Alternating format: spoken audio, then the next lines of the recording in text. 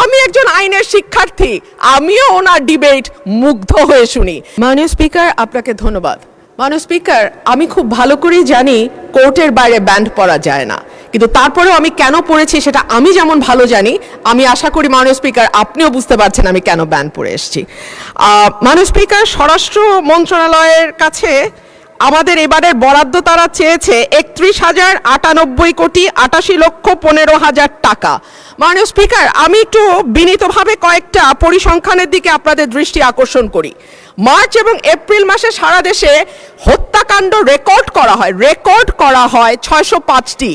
অন্যান্য অপরাধ একই সময় 294টি ছিনতাই, 90টি ডাকাতি, 196টি অপহরণ, 2214টি চুরির ঘটনা, 129টি পুলিশের আক্রান্ত হবার ঘটনা ঘটেছে।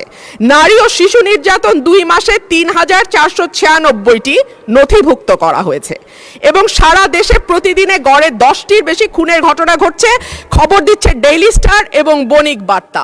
এই যখন আমাদের সিকিউরিটির অবস্থা, এই যখন আমাদের আইন শৃঙ্খলার অবস্থা, তখন আমরা এই মন্ত্রণালয়ের জন্য দাবি তুলছি 31,098 কোটি।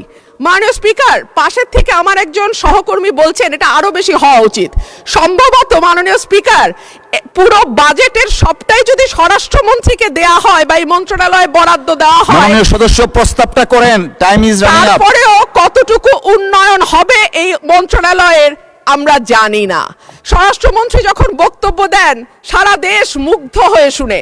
মাননীয় স্পিকার, আমি একজন আইনের শিক্ষার্থী, আমিও ওনার ডিবেট মুগ্ধ হয়ে শুনি, কিন্তু ওনার এই মুগ্ধতা যদি উনি ওনার মন্ত্রণালয়ে ছড়িয়ে দিতে পারতেন এবং তার মন্ত্রণালয়ের কাজের মাধ্যমে, তাহলে আর এটি ছাঁটাই করে 1 টাকা করার প্রস্তাব আমি রাখতাম না।